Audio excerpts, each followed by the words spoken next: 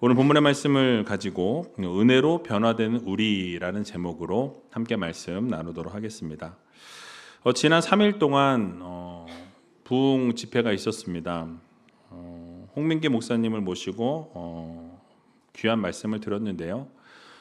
어떤 주제였습니까? 행복하고 능력 있는 그리스도인이라는 주제로 말씀을 들었습니다.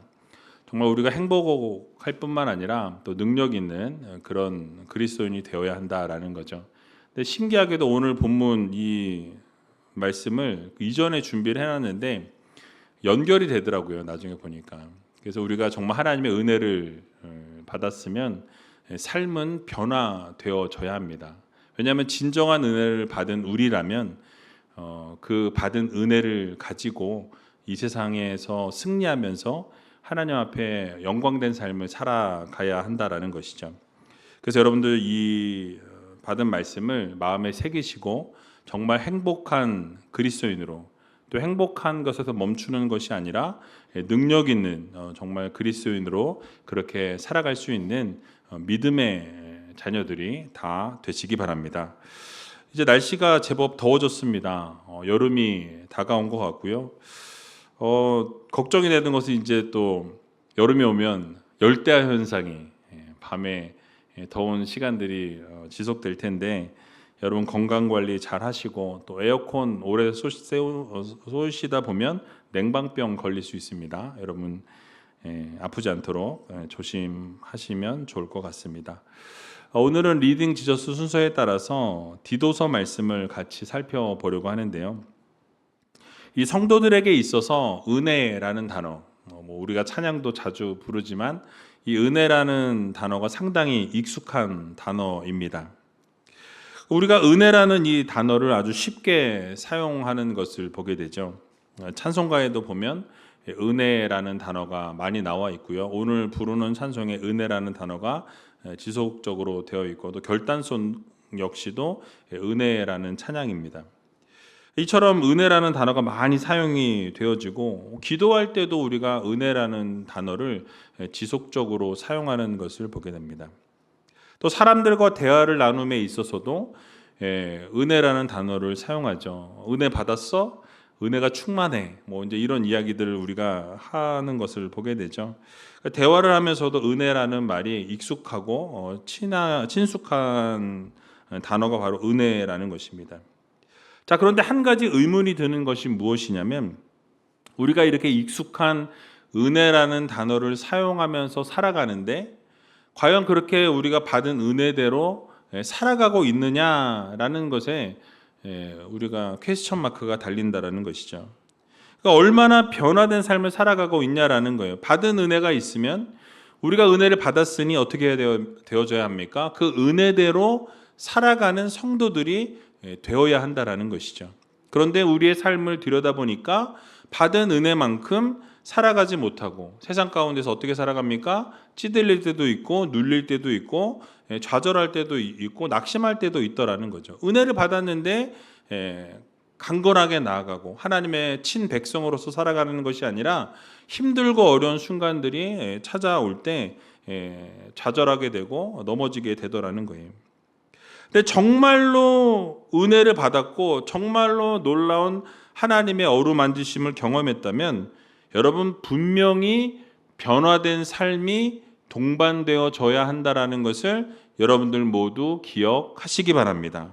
그러니까 여러분 우리가 은혜를 받았으면 삶이 변해야 진짜 은혜 받은 거예요. 여러분 우리가 정말로 은혜를 받았다면 여러분들의 이 세상 속에서의 삶, 한 주간의 삶이 완전히 달라진 삶. 그래서 주변에 있는 사람들조차 그것을 인식할 수밖에 없는, 야, 도대체 무슨 일이 있었길래 달라졌느냐라고 그런 질문들을 받으셔야 한다라는 거예요.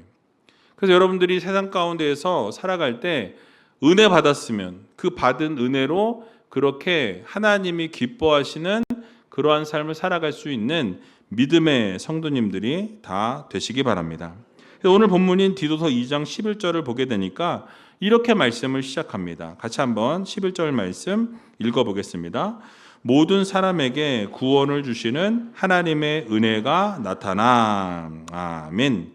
모든 사람에게 뭘 주신대요? 구원을 주신다라고 말씀합니다. 구원을 주시는 하나님의 은혜가 있다라고 말씀하죠. 그런데 이 본문의 앞부분의 내용을 우리가 보게 되면 이 2장 앞부분에는 이 사도 바울이 각 이 성도들에게 어떻게 살아가야 하는가에 대한 부분을 이 목회적 지침으로 주고 있는 것을 보게 됩니다. 그리고 선한 삶의 그 근거와 이유에 대해서 설명을 한 이후에 바로 이어서 오늘 본문 말씀인 이 구원의 은혜가 모든 사람에게 임하게 되었다라고 이렇게 설명하는 것을 보게 되죠. 즉 하나님의 은혜가 이 땅 가운데 임하게 되었는데 그냥 임한 것이 아니라 모든 사람들에게 다 임하게 되었다라고 말씀해요. 하지만 바울은 여기서 멈추지 않습니다. 은혜가 단지 어떤 죄의 용서의 도구로 사용되어지는 것이 아니라 우리의 삶을 완전하게 변화시키는 능력이라는 것을 선포하고 있어요. 그래서 서두에 말씀드린 것처럼 은혜를 받았으면 어떻게 돼요?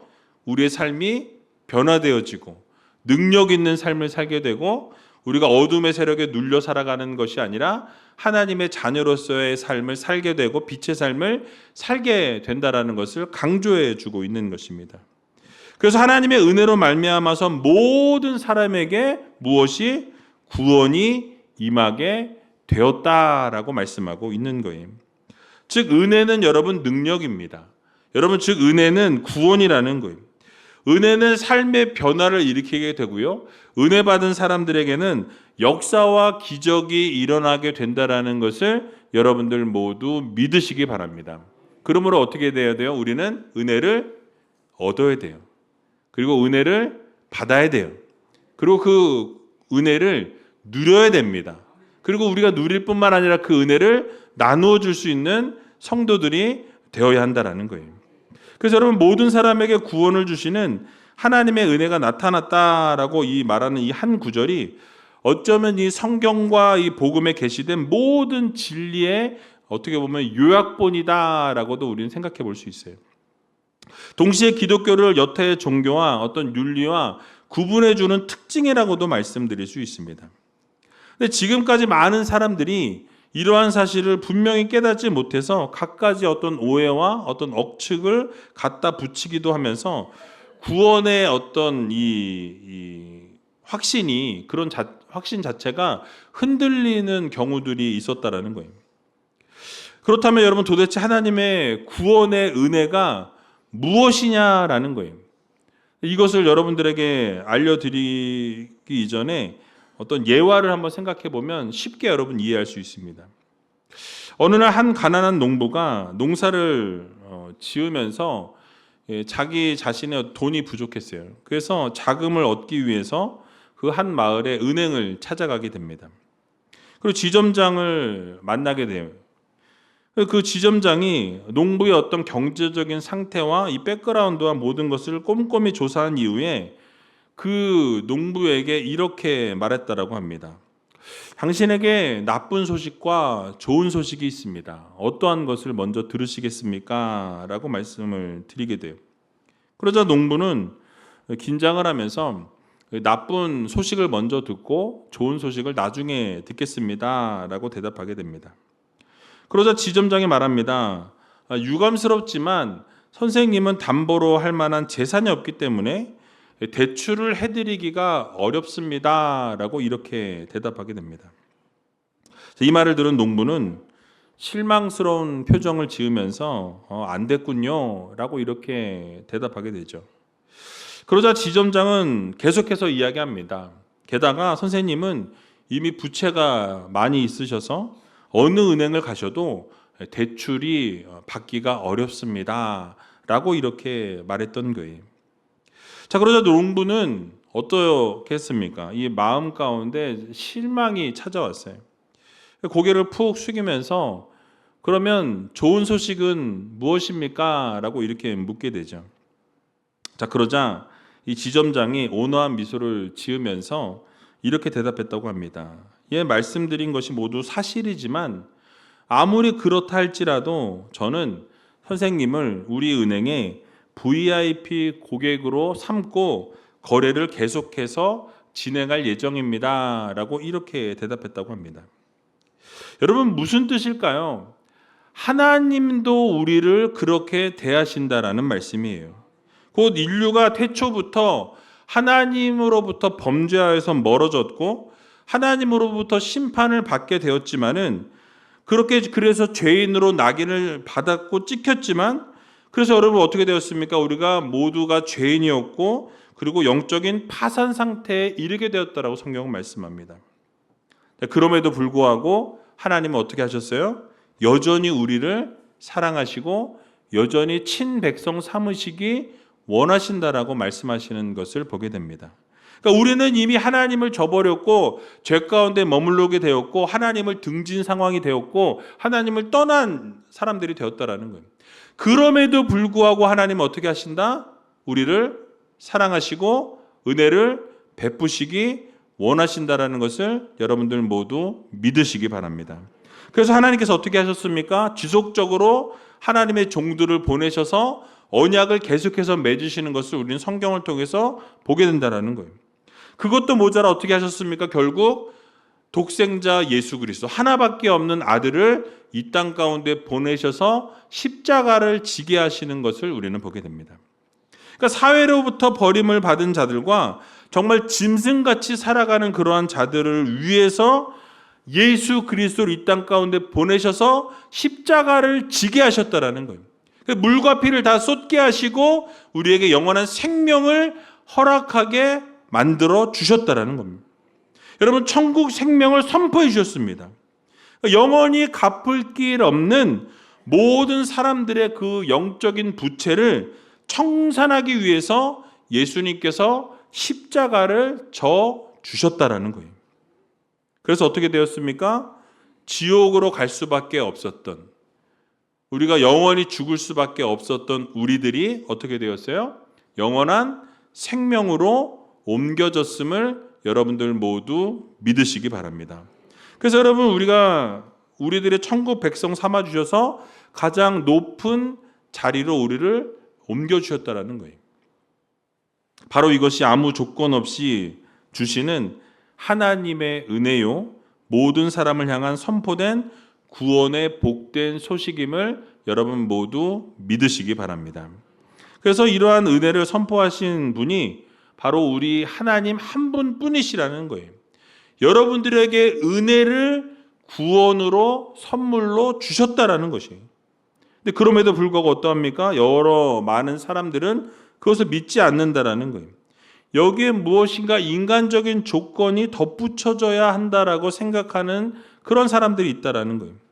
심지어 어떤 사람들은 어떻습니까? 자신의 의를 드러내려고 하고 자신의 의를 나타내려고 한다라는 거예요. 그래서 그 은혜를 거절하기조차까지 한다라는 것입니다. 그런가 하면 이러한 하나님을 혼동하여서 불경스럽게 모든 종교가 같다 그러면서 뭘 이야기합니까? 복음만을 고집하는 것은 독선이라고 이야기해요. 그리고 비난하는 것을 우리는 보게 됩니다. 참으로 미련함과 어리석음의 극치가 아닐 수 없다라는 사실이에요. 여러분, 모든 종교는 하나로 통할 수 없습니다.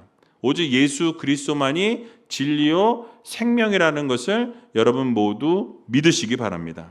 그러므로 사랑하는 우리제일교회 성도 여러분, 우리는 이처럼 값없이 우리에게 주신 하나님의 은혜를 분명하게 알고 단지 감사하는 마음으로 우리가 엎드리면서 그 은혜를 날마다 누리며 살아갈 수 있는 믿음의 성도님들이 다 되시기 바랍니다.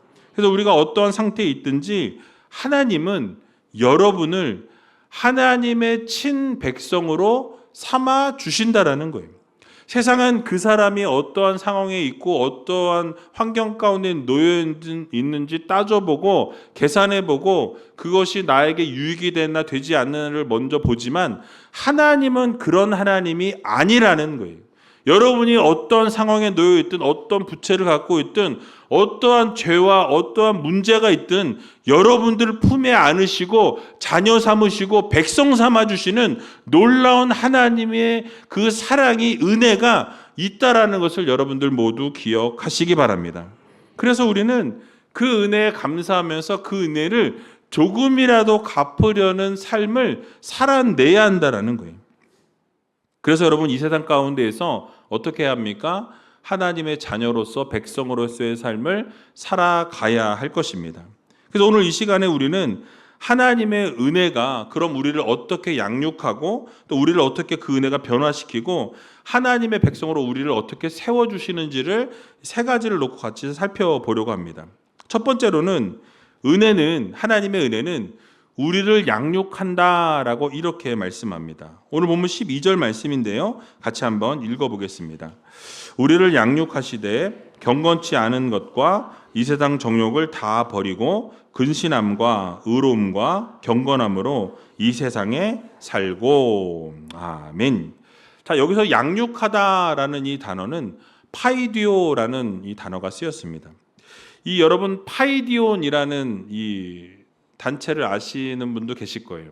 어린이 선교를 하는, 어린이들을 가르치는 그러한 단체입니다. 그 어근에서 따온 거죠. 그래서 아이들을 가르치다, 양육하다, 훈련하다라는 그런 뜻을 가지고 있어요. 이 말씀은 곧 하나님께서 우리를 용서하신 것에서 멈추신 것이 아니라 우리를 은혜로 구원하시고 또 은혜로 구원하실 뿐만 아니라 우리의 삶을 어떻게 하세요? 실제로 변화시켜 주시고 우리를 양육하시고 훈련하시는 데까지 이르게 하신다라는 말씀인 것입니다. 그러니까 쉽게 말씀드리면 하나님께서 은혜를 베풀어 주실 때 우리가 무엇을 버려야 할지 또 무엇을 붙잡아야 할지 그래서 어떻게 살아가야 할지에 대해서 하나님이 은혜로 우리에게 가르쳐 주신다라는 것이죠. 그래서 먼저 뭐라고 이야기합니까? 버려야 될 삶에 대해서 말씀해요. 은혜를 주시면 우리가 무엇을 버려야 될지를 깨닫게 하시는 거죠. 무엇입니까? 경건치 않은 삶과 그리고 이 세상의 정욕을 버려야 한다라고 이렇게 말씀합니다. 즉 하나님을 의식하지 않고 살아가는 삶의 태도를 버려야 된다라는 거예요. 그러니까 경건치 않은 것, 그것은 결국 하나님을 인지하지 않고 하나님을 바르게 섬기지 않고 하나님의 말씀대로 순종하지 않는 삶을 말씀하고 있어요. 그러니까 겉으로는 도덕적인 것 같고 겉으로는 뭐 성도인 것 같은데 하나님을 의식하는 것처럼 보이지만 실제로 자기 혼자 있을 때는 하나님과 전혀 동떨어진 삶을 살아가고 세상 가운데 나가서는 내 맘대로 내 멋대로 내가 하고 싶은 대로 살아가는 삶, 그러한 삶을 버리라라고 우리들에게 말씀해 주고 있다라는 거예요.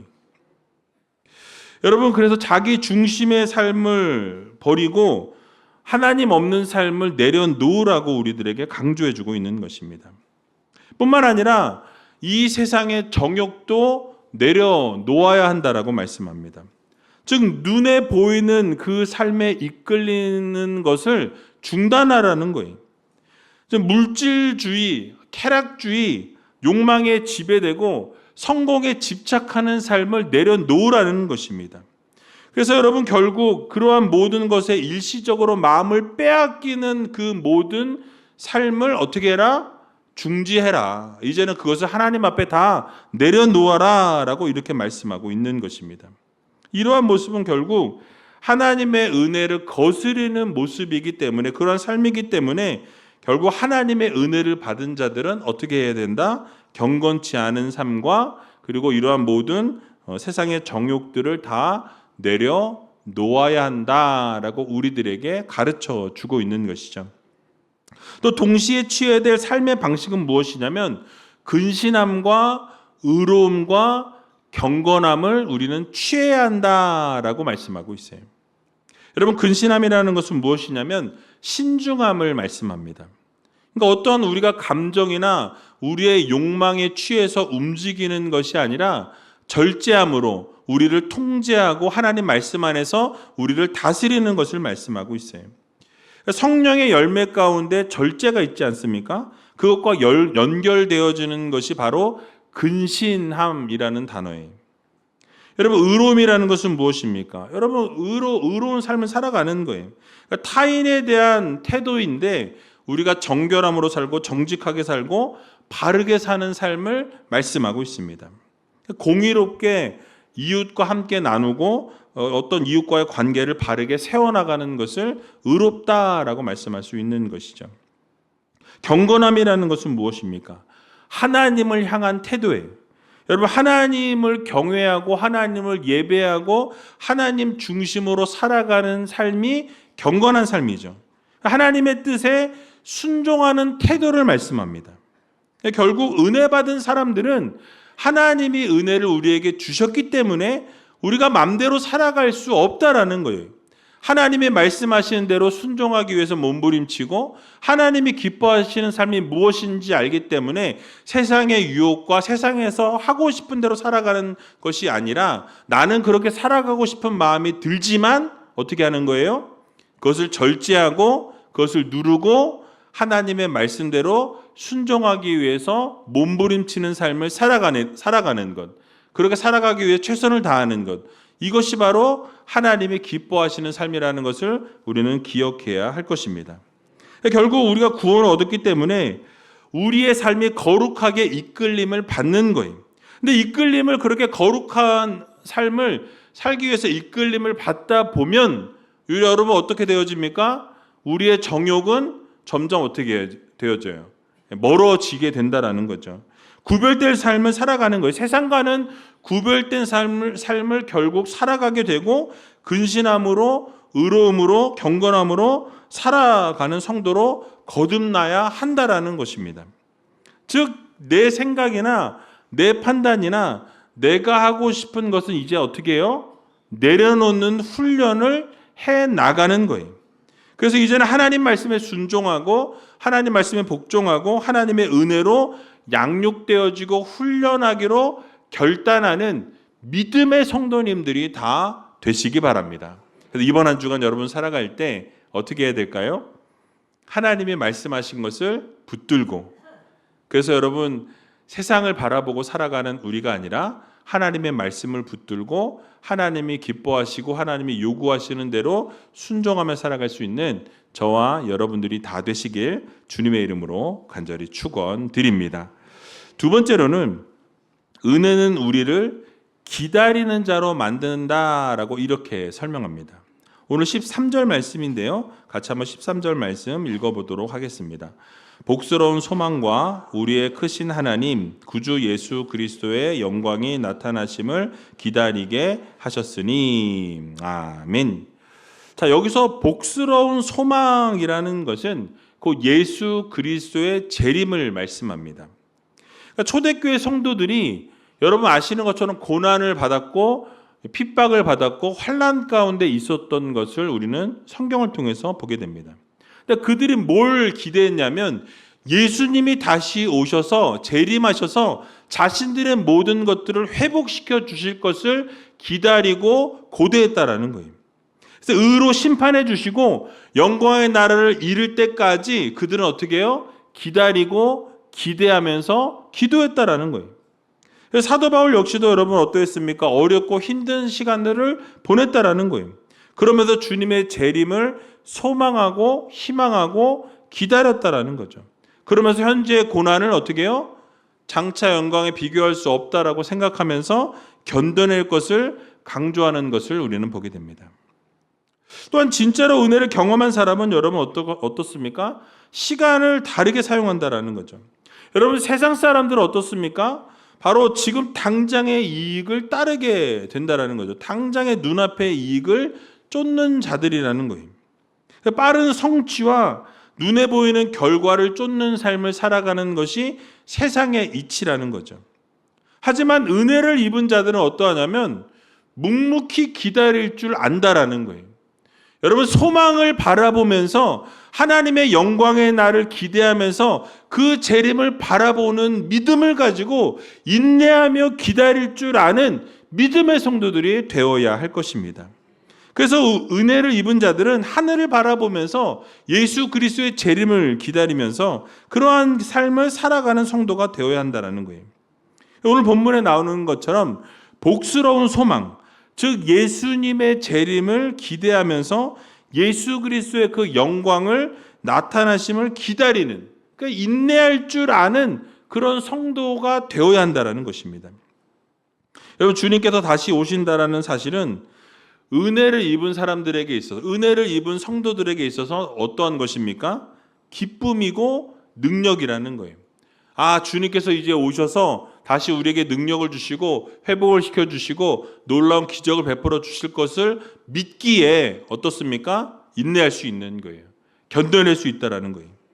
그래서 그날의 모든 수고는 헛되지 않다라는 거죠. 그 모든 고난이 결국 무엇으로 바뀌어집니까? 영광으로 바꾸어 주신다라고 말씀하셨어요. 그래서 그날의 믿음을 지킨 자는 결국 생명의 면류관을 얻게 된다라는 이 사실을 여러분 모두 믿으시기 바랍니다. 그러므로 우리 모두가 복스러운 소망의 날을 기대할 수 있는 믿음의 성도들이 되어야 할 것입니다. 당장은 여러분 어렵고, 당장은 힘들고, 때로는 핍박이 있고 어려움의 연속이 지속될지라도 우리는 때를 기다리면서 인내하면서 앞으로 우리가 하나님으로부터 얻게 될 그 영광의 날을 소망할 수 있는 믿음의 자녀들이 되어야 할 것입니다. 로마서 8장 18절에 보니까 이렇게 말씀하죠. 같이 한번 읽어보겠습니다. 생각건대 현재의 고난은 장차 우리에게 나타날 영광과 좋게 비교할 수 없도다. 아멘. 여러분, 얼마나 위로가 되는 말씀입니까? 당장은 내가 고난 가운데 있고, 당장은 너무너무 힘이 들고, 당장은 이것을 어떻게 벗어날 수 없는 그런 환경 가운데 노출되어 살아간다 할지라도 여러분, 앞으로 장차 여러분들에게 주어질 그 영광은 그 고난과 좋게 비교할 수 없음을 여러분들 모두 믿으시기 바랍니다. 그래서 우리 예수님이 재림하셔서 영광 가운데 구름 타고 우리에게 오실 때, 야, 정말 너 잘했다, 힘들었지, 그래도 잘 견디는 네 모습 보니까 내가 너무너무 기쁘다 하면서 칭찬하고 인정하시는 우이제교회 모든 성도님들이 다 되시기 바랍니다.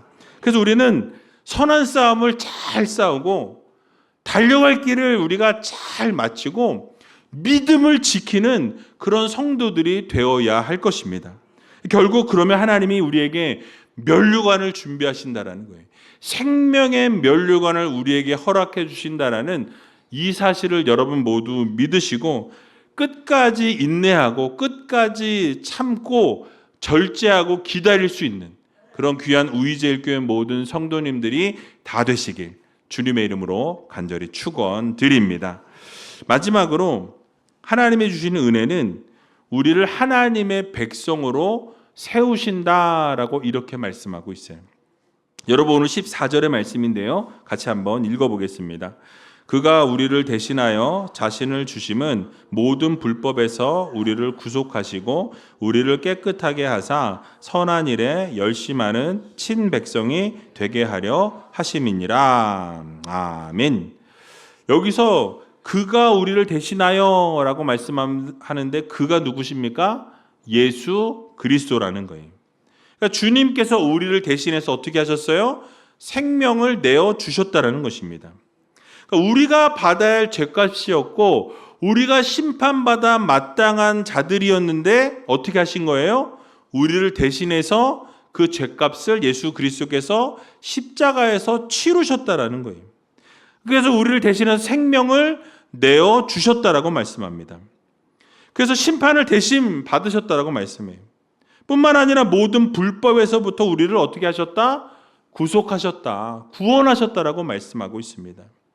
근데 우리가 죄의 종이었고 불법의 종이었는데 예수 그리스도의 피값으로 말미암아서 우리는 하나님의 자녀요, 하나님의 백성이요, 친백성이 되었다라고 우리들에게 말씀해주고 있다라는 거예요. 그러니까 우리가 이미 죄로 더럽혀졌고 씻을 수 없는 죄악 가운데 우리가 놓였지만은 예수 그리스도의 피로 말미암아 우리가 어떻게 되었습니까? 완전히 정결하게 깨끗하게 치유되고 회복되었음을 여러분 모두 믿으시기 바랍니다. 완전하게 깨끗하게 된 거예요. 그런데 이러한 예수 그리스도의 은혜를 통해서 우리를 구원하신 목적이 여기 기록되어 있습니다. 뭐라고 말씀하죠? 우리가 선한 일을 하게 하기 위함이라고 말씀하고 있어요. 즉 하나님의 은혜를 받은 우리가 그 은혜에 감사하고 은혜에 감격하면서 그 은혜에 감사하는 것에서 멈추는 것이 아니라 하나님의 은혜에 너무 감사하니까 어떻게 살아가는 거예요? 선한 일을 하기 위해서 행하는 삶을 살아가도록 하나님이 원하신다라고 말씀하고 있어요. 그러니까 이 땅에서의 삶을 하나님의 뜻을 실천하면서 하나님이 기뻐하시는 삶을 살아내기 위해서 몸부림치는 성도가 되라고 말씀합니다. 하나님의 자녀로, 백성으로, 하나님의 소유로서 하나님의 거룩한 시민으로 우리를 삼아주셨으니까 그러한 삶에 걸맞는 믿음의 성도가 되어야 한다는 거죠. 그러니까 세상에서 여러분 빛으로 소금으로 살아가라고 말씀하셨기에 그렇게 빛으로 소금으로 살아갈 뿐만 아니라 예수 그리스도의 편지로서, 예수 그리스도의 향기로서의 삶을 여러분들이 이번 주간에 살아가라고 우리들에게 명령하고 계시다는 것입니다. 여러분, 그렇습니다. 하나님께서는요, 우리를 종으로 부르지 않으셨어요. 여러분들을 하나님의 자녀로 부르셨고 하나님께서 여러분을 친백성으로 삼아주셨음을 여러분 모두 믿으시기 바랍니다. 그래서 결국 우리는 하나님의 은혜로 하나님의 뜻대로 살아가는 자로 부르셨다는 것을 기억하셔야 합니다. 그래서 하나님의 열심으로 우리는 살아가야 한다는 거예요. 여러분, 우리가 은혜를 받았으면 앞에 서두에 말씀드린 것처럼 어떻게 해야 합니까? 받은 은혜로 어떻게 해요? 하나님께 영광 올려드리는 삶을 살아가야 한다는 것입니다. 그러니까 반드시 은혜를 받았으면 삶으로 연결이 되어져야 한다는 거예요. 내가 은혜를 받았는데 내 삶에 변화가 없다면 그것은 진짜 은혜를 받은 것인지 우리를 들여다보아야 한다는 거예요. 내 삶에 은혜가 있고 내 삶에 예수 그리스도로 충만하고 내 삶에 놀라운 기적의 역사가 일어났다라고 한다면 여러분 주변에 있는 사람들이 모를 수가 없다라는 거예요. 여러분들의 주변에 있는 사람들이 야, 너 뭐가 바뀌었어? 어떻게 바뀌었어? 무엇 때문에 바뀌었어? 물어볼 수밖에 없다라는 거예요. 왜요? 은혜를 받았으니까. 그래서 내가 은혜를 받았기 때문에 내가 그 기적을 경험했기 때문에 가만히 있을 수 없어서 하나님의 말씀을 전하고 예수 그리스도의 향기로서의 삶을 살아갈 수밖에 없다라는 것입니다. 그래서 여러분, 우리가 은혜를 받았다고 말하고 은혜가 충만하다라고 말을 하는데 삶이 변화되지 않았다라고 한다면 진정으로 은혜 받은 것인가를 보셔야 된다는 거예요. 여러분, 은혜는 말이 아닙니다. 은혜는 삶이라는 거예요. 여러분, 은혜를 받았다라고 이야기할 때 은혜는 외치는 구호가 아니라는 거예요. 은혜는 변화입니다. 내가 은혜를 받았으면 삶이 변화되어져야 한다는 거예요. 그러므로 이번 한 주간 살아가면서 여러분들이 받으신 그 은혜를 다시 한번 세워보시고 깊이 여러분 새겨보면서 그 은혜에 감사하시고 그 말씀대로 순종하고 그 말씀대로 행할 수 있는 귀한 우이제일교회 모든 성도님들이 다 되시길 주님의 이름으로 간절히 축원드립니다.